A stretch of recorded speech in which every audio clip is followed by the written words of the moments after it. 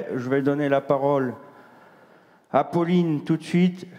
Chère présidente des jeunes agriculteurs des Hautes-Pyrénées, la parole est à toi et encore merci pour tout ce que tu as fait.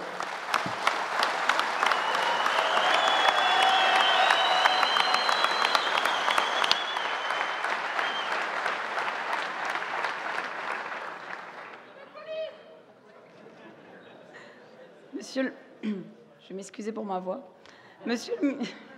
On est en 3e jour de congrès. Monsieur le ministre, Madame la préfète, Mesdames et Messieurs les élus, chers invités, chers JA.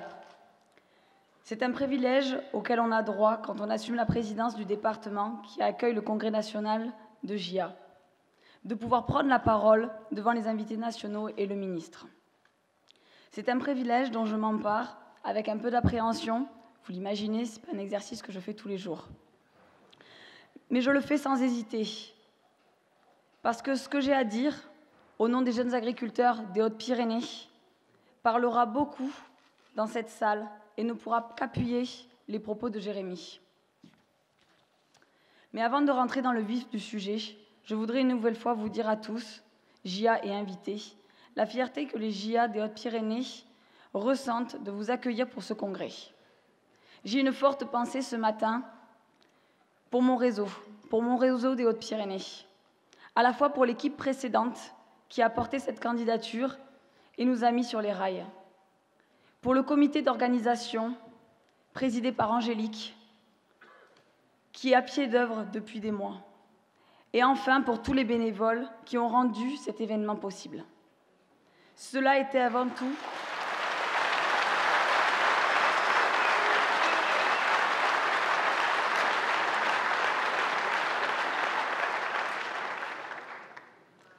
Cela a été avant tout un défi humain pour nous, qu'une équipe dynamique de jeunes a su relever. Je tiens à les remercier pour le travail qu'ils ont su fournir et l'enthousiasme qu'ils ont su apporter à ce projet. Merci encore à tous.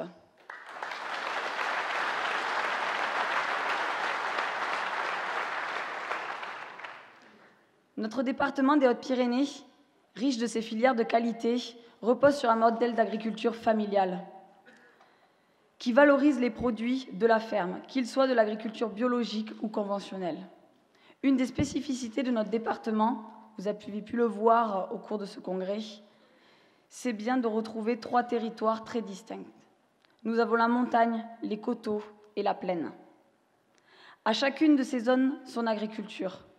À chacune de ces zones, ses enjeux, ses difficultés, qui illustrent bien l'ensemble des diversités de l'agriculture française, que vous représentez tous aujourd'hui à Lourdes.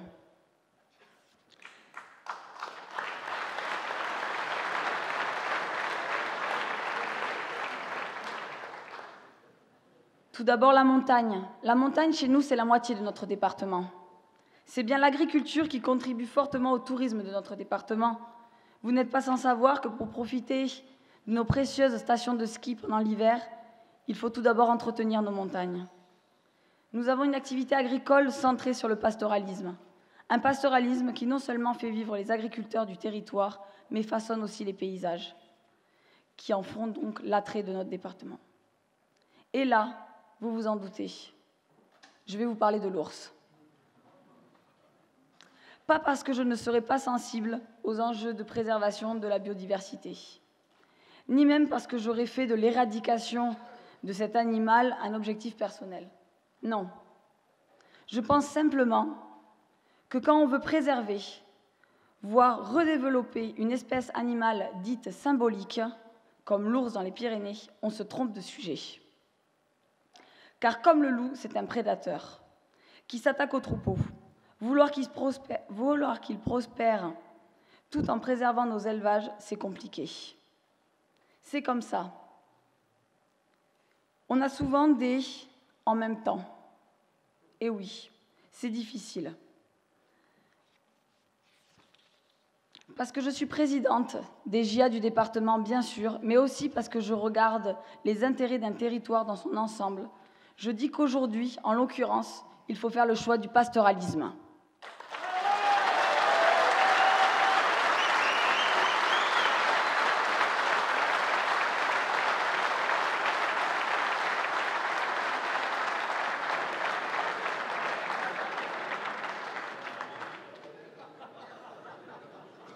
La préservation de la biodiversité est un défi global, complexe, qui doit impliquer tous les acteurs et qui ne peut s'incarner dans une seule espèce. Ça n'a tout simplement pas de sens. Surtout si cela se fait au détriment de tous les écosystèmes et de tout le territoire rural. Maintenant, je descends un peu et j'en viens à la zone de Coteaux. L'enjeu pour cette zone est tout autre. Il touche la redéfinition qui concerne, comme de nombreuses autres régions françaises, la carte des zones défavorisées.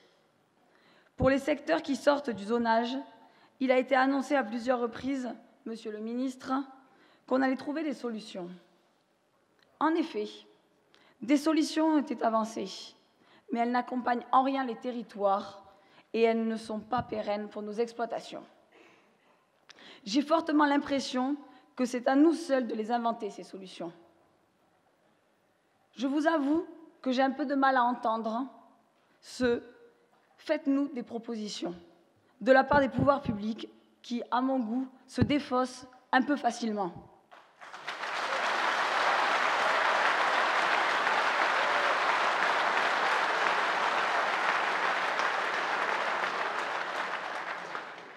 Ce que je sais, c'est que dans les Hautes-Pyrénées, l'élevage bovin joue aujourd'hui un rôle majeur dans l'entretien des paysages de l'Astarac.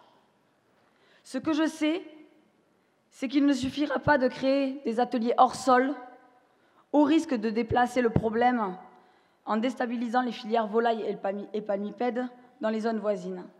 J'attends que les solutions que nous devons trouver soient bien l'affaire de tous les acteurs. Maintenant, j'en termine avec notre zone de plaine. C'est une zone de grande culture, où la culture du maïs, emblématique de notre département, domine les paysages pour nourrir nos troupeaux et servir de tuteur naturel à nos célèbres haricots tarbés. C'est une zone à fort potentiel agronomique, mais tellement dépendante de l'irrigation. Nous avons la chance d'avoir ces montagnes, ces belles montagnes que vous voyez très bien aujourd'hui à Lourdes. C'est un véritable château d'eau pour nous, qui stocke l'eau pendant l'hiver. Il faut maintenant réaliser des ouvrages pour l'utiliser collectivement tout au long de l'année.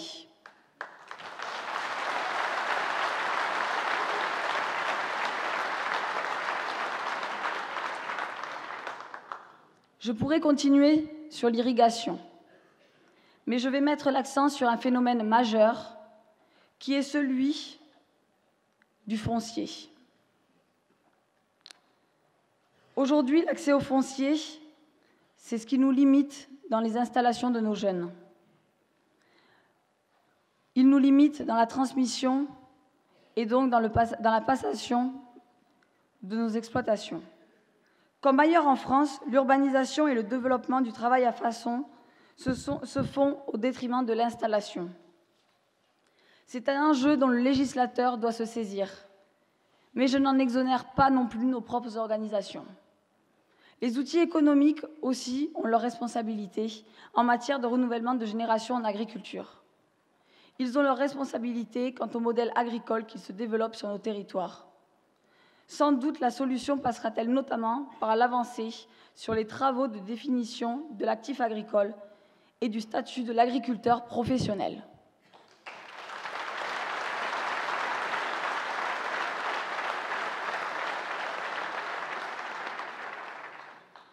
La société, vous le savez, a de nouvelles attentes en termes de consommation. Et cela va nous amener, nous, agriculteurs, à opérer des changements dans nos modèles de production.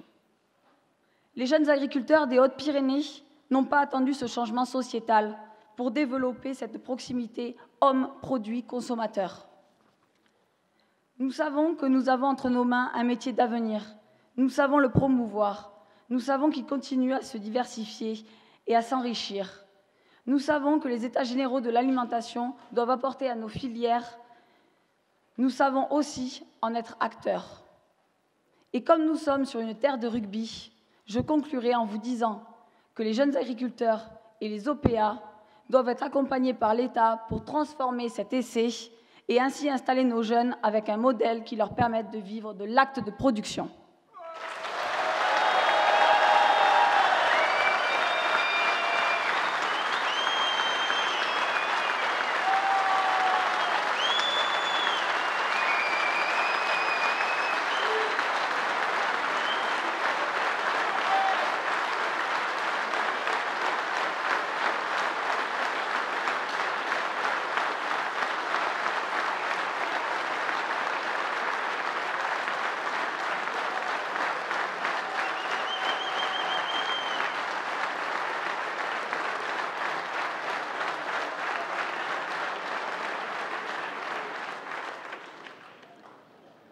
Monsieur le ministre, les jeunes agriculteurs des Hautes-Pyrénées profitent de votre présence pour vous offrir un petit présent qui, je vous l'espère, fera prendre conscience des problématiques de notre département.